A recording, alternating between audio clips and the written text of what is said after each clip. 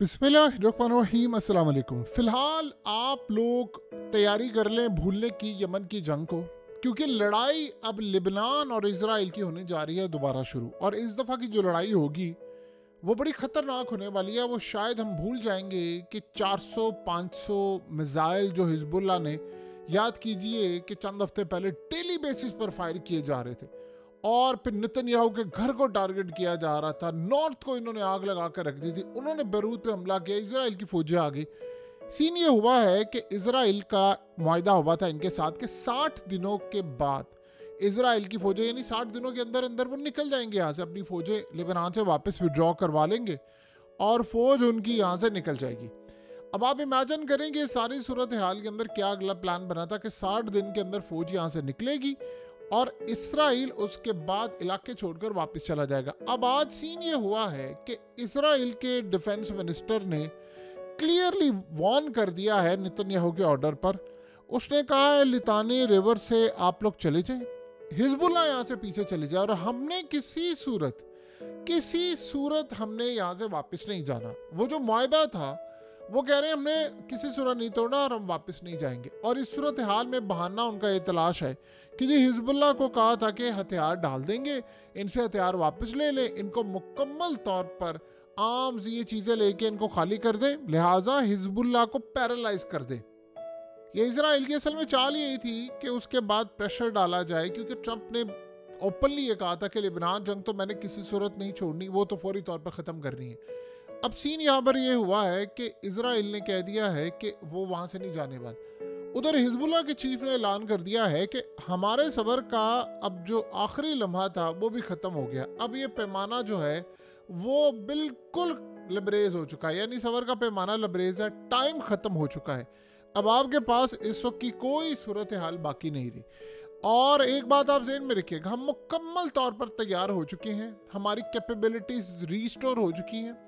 इन जितने दिनों में जंग बंदी रही है हमने भरपूर तैयारी कर ली है, हथियार पहुंच चुके हैं, चीज़ें आ चुकी हैं, ड्रोन्स आ चुके हैं, एडवांस टेक्नोलॉजी आ चुकी है। अब आप अपनी खैर मनाएं, अगर यहाँ से इजराइल की फौजें 60 दिन का पीरियड मुकम्मल होने वाला है, अगर यहाँ से नहीं निकलेंगी तो फिर इजराइल तैयार हो जाए, आसमान पर जो इस दफ़ा नज़ारे देखने को मिलेंगे वो आज से पहले नहीं देखने को मिले। असल में इस दफ़ा हुआ ये है, देखिए दौरान जंग होता क्या है, दौरान जंग जब आप लड़ाई कर रहे होते हैं तो हालात बड़े डिफरेंट होते हैं। आपको उस वक्त सप्लाई चीज़ें इतनी आसानी के साथ नहीं मिलती। शाम के अंदर इन्होंने सप्लाई काट दी, जाहिर सी बात है इजराइल वहाँ से इलाके टेक ओवर कर रहा है। अब शाम के अंदर उन्होंने सोचा कि जुलानी आ गया, अब तो हमारा बंदा ही आ गया, अब तो हमारे लिए फ़ायदा होगा, वहाँ से सप्लाई लाइन काट दी। हिजबुल्लाह ने कहा है कि ये इनकी बहुत बड़ी गलत फहमी है कि हमें सिर्फ शाम से सप्लाई मिल रही थी, हमारे पास और बड़े रिसोर्सेज हैं। जिस तरह अब आप ये देखिए कि हमास को चारों तरफ से घेर लिया गया है, लेकिन उसके बावजूद वो अभी तक कैदियों के साथ वहाँ मौजूद हैं।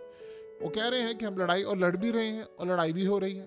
तो वो कह रहे हैं कि इनकी गलत फहमी है, क्योंकि इलाके हमारे हैं, हम यहाँ पर काम कर रहे हैं, हम किस लेवल पर जाकर काम कर रहे हैं, हमारे अपने इलाके, हमें पता है कहाँ रहना है, कहाँ जाना है, क्या सूरत हाल है।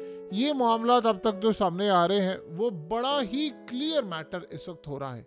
यानी इस वक्त उनकी कैपेसिटी रिस्टोर हो गई है, नए ड्रोन्स उनके पास आए हैं, और इस दफ़ा के जो हमला करने के लिए ड्रोन्स हथियार चीज़ें आई हैं वो कोई आम चीज़ नहीं होगी, वो इसराइल की पिछले जो हमले हैं उससे कई गुना ज़्यादा बड़े होंगे। इसराइल के पास ओबियसली $8 अरब का अमेरिका ने असला भेज दिया है कल, तो उनके पास वही है जो पहले था, वो अब भी वही है।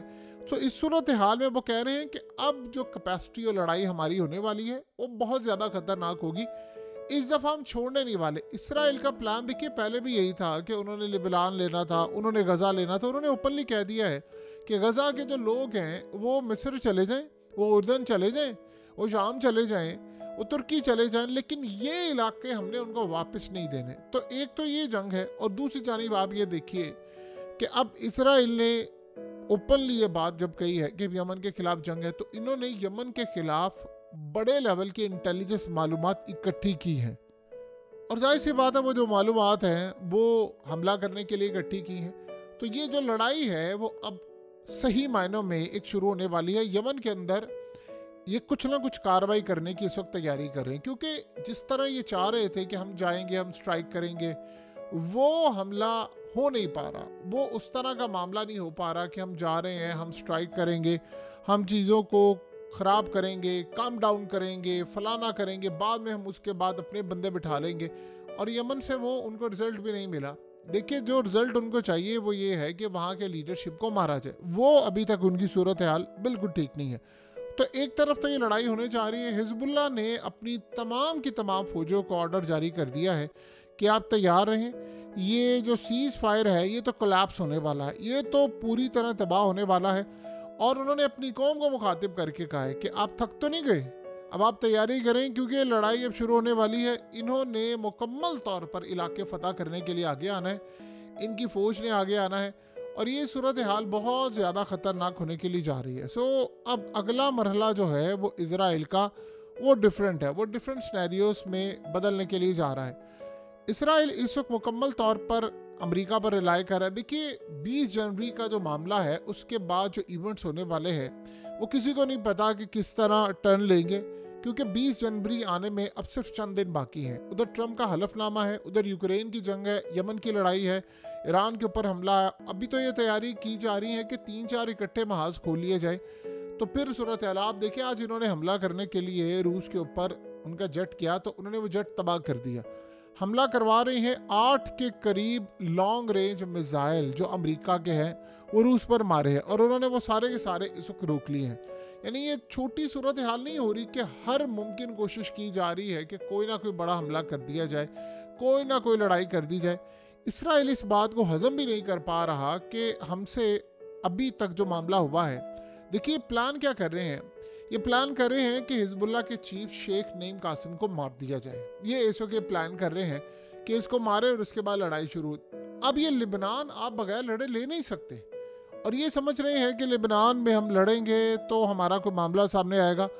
इसराइल ने 60 दिनों का मामला तो आप अलग है, जिस तरह इनकी फौजें गई थी और वहाँ से नाकाम होकर लौटी हैं। इनको भी इस बात का अंदाज़ा है कि हमारी जो फ़ौज है निचली सतह के ऊपर, वहाँ की जो रिपोर्ट्स आ रही हैं वो गज़ा के इलाके भी सस्टेन नहीं कर पा रहे, पूरी तरह नहीं कर पा रहे, वहाँ वो खड़े नहीं हो पा रहे, लिबनान में वो खड़े नहीं हो पा रहे।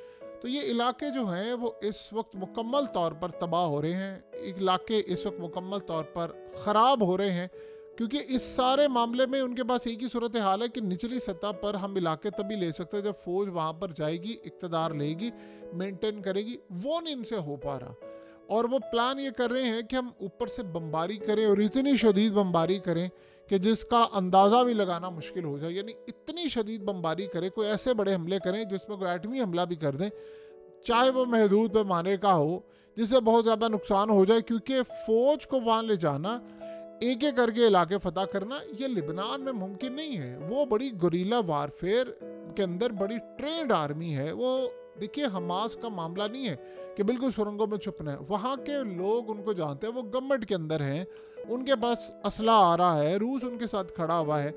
अब गालिबन ऐसी भी सूरत हाल सामने आ रही है कि डेवलपमेंट्स ये हैं कि यमन को भी हाइपरसोनिक मिसाइल रूस दे और हिजबुल्लाह को भी दिया जाए। और देखिए ये जो ख़ास तौर पर याद रखिए, जब अमन का टाइम होता है तो उसमें आप जंग की जितनी तैयारी करते हैं आपको पता होता है कि अगले लेवल पर क्या होगा। आप अमन के दिनों में तैयारी करते हैं तो जंग के दिनों में वो काम आता है। इनको पता था कि इजराइल ने पलट कर वार करना है, इसलिए इसराइल ने शाम के अंदर सबसे पहले लिबनान की जंग को रोककर शाम के अंदर बशारुल असद का हुकूमत को गिराया तुर्की के साथ मिलकर। तो ये सोच रहे थे कि हम सप्लाई लाइन काट देंगे। उसके बावजूद उन्होंने अपना असला जमा कर लिया, क्योंकि असला जमा करने के लिए, ड्रोन्स जमा करने के लिए उनके पास वसाइल और ये चीज़ें हैं, वो जानते हैं कैसे मैनेज करना है, क्या सूरत हाल होगी। अब अगला मरहला ये है कि इसराइल भी इस बात पर वज़िद था कि हमारे पास हथियार, चीज़ें, मिसाइल, उन्होंने भी काफ़ी कुछ जमा किया, अमेरिका से सप्लाई लाइन ली है।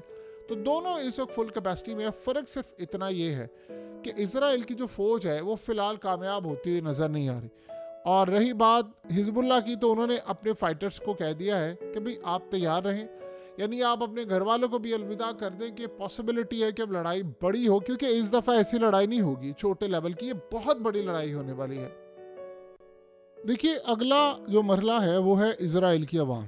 वो बड़े बेजार हैं और ऐसा लग रहा है कि हर जगह पर कुछ ना कुछ हो जाएगा। ज़्यादा देर अगर ये मामला लड़ाई शुरू हो गई तो ट्रंप तो पहले भी नहीं चाहता कि लड़ाई शुरू हो, क्योंकि वहाँ की आवाम ऑलरेडी बेजार है। वहाँ पर ऑलरेडी 50,000 के करीब स्मॉल बिजनेस जो मैन है, छोटे छोटे लेवल पर काम करने वाले, उनके बिजनेस बंद हो गए हैं, उनकी टूरिज्म बंद हो गई है। सो सूरत हाल में वहाँ पर काफ़ी माहौल ख़राब है, यहाँ पर भी ख़राब है। ऊपर से इस वक्त ट्रंप आ रहा है, ये जंग अगर इन्हें शुरू की है तो फिर उसके बाद देखिए एक ही मिसाइल हमले से आपको पता चल जाएगा कि इस दफ़ा की लड़ाई क्या होगी, क्योंकि पता चलेगा कि किस लेवल पर हिजबुल्लाह ने शुरुआत करनी है। जब आपको पता चलेगा ख़तरनाक मिसाइल मारे गए हैं, चीज़ें हैं, तो समझ आइएगा कि इस दफ़ा खेप जो आई है वो बड़ी ख़तरनाक है। तो इस वक्त हालात जो हैं वो दोबारा धमकियों और जंग की तरफ जा रहे हैं। एक ही सिर्फ हमला होना है और जंग शुरू हो जानी है।